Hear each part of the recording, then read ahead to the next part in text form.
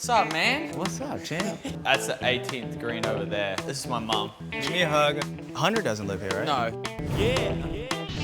All right. Thank you for inviting me down here. How's life these days? It's good. It's definitely way better than the past lifetime that we've had to deal with.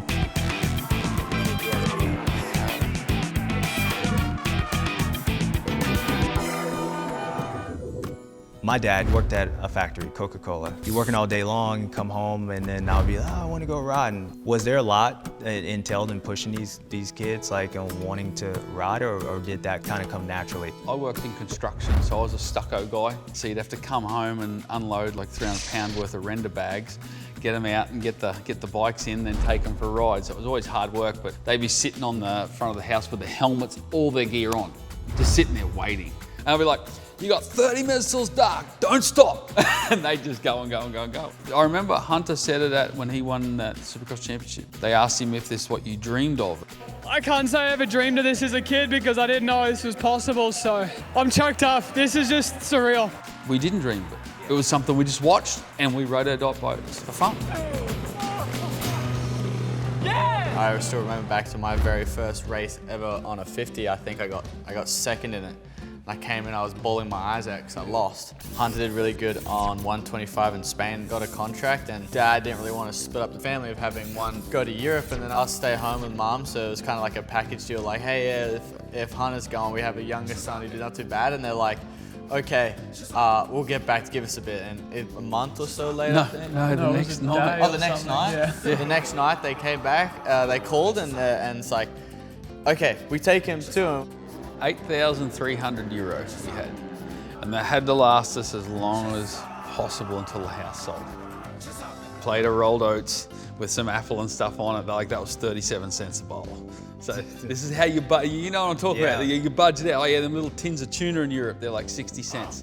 And a baguette was $1. Hey, that's good value. You know, like, yeah. And the other boys will never eat tuna again. We have not touched. I feel sick, man. I feel sick when we see it. I'm we hate the smell of it. The only thing I was ever hard on them about is if they ever took anything for granted or they ever thought they were too good for something. Yeah. You know, didn't care on a result, but just the basis of if you're going to do something, you do it as best as you possibly can. Sports for kids is to teach them a work ethic, you know, and hopefully that bleeds over into their business career or their marriage or whatever. So if they remember them things from being a kid and working at something, oh, I just got to devote some time to it. Yeah. My kid asked me how to do the bub scrub. I'm like, you got to practice, son. You particular, the struggles that you had, like especially when you turned pro over in Europe and then you came here, there was a lot of up and downs, you know, as far as you. So were you close to hanging it up, and then also like what got you through it? Yeah, it was tough. Obviously, you come over from Europe, all the struggles we had there where it's like, dude, we're broke, we're in debt, we're like in this hole, and then you come here and you just get thrown these curveballs with all these injuries, health issues. Every time I get a setback, I would work even harder. I would do even extra bit, like just fill my day as much as I could to know, like when I'd lay my head on my pillow, there's nothing more I could have done. No matter what I try, I keep getting denied. Like I just keep falling on my face. What changed? I mean, just the fact that you've been through a lot, or? I gotta come back and stuff, because I'm just like, if Jett was ever, you know, faced with a similar situation, Big Bro just packed her in and he just left. Like, I'll just do the same, you know? Yeah. But if he's, you know, his whole life, he's always seen how hardworking I am and never giving up. It's, you know, it's instilled in his, just like same with my dad. I watched him his whole life. That was a big key of it as well, is like, no, I'm not gonna set a bad example. Like my dad used to say, once you quit once, it's easy to quit again. Do you realize like what you guys are doing right now? It's kind of like, it's hard to like just for us to stop.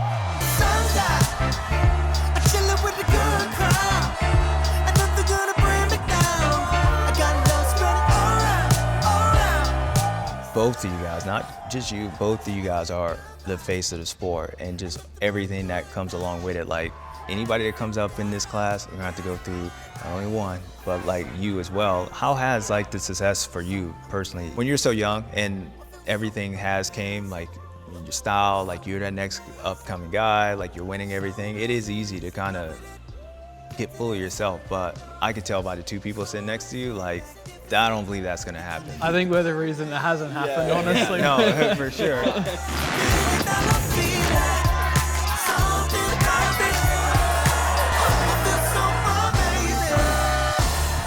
2008, I was the last person to go undefeated. James Stewart continues this perfect season. I want to sit here and talk about it, but we're going to sit here and talk about it. James Stewart dominant. If it's not a perfect season, will it be a letdown? Perfect season's going to be great, but if I'm at a risk of crashing or something, I mean, the perfect season would be lovely, but if I get a perfect season, I'm going to get a championship, and if not at this point, I'm still looking at to get in the championship. My main focus is championships pay the big bucks for us. My biggest focus is how many championships I can get. I don't care how I do it, I just want to get championships. How you feeling? Good. How's the body? Yeah, it's getting better. It's since the season started, I've not been able to train during the week. You were hurt coming into the season?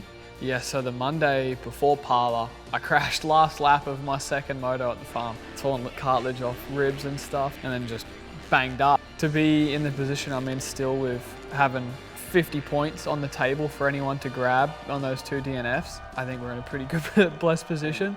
I just got to do what I did at the first 4 rounds and then just get back on track and just do what I can do, you know. I'll either win it or I won't. That's that. Yeah.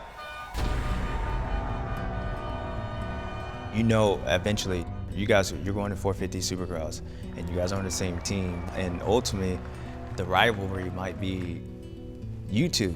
In 25 years, when we're 35 or 40 years old, which brother won a few more races than the other, you're going to look back at the whole picture and go, oh, they both dominated it. I know it's when you get old, but like your family first. Yeah. Racing second. At the end of the day, we're on this planet Earth for God hopes that we get 80, 90 years out of it. And your racing career is 10, 12 years.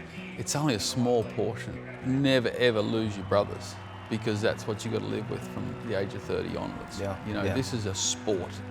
Go out there, put your helmet on and ride and race as hard as you can possibly go, but you are family first.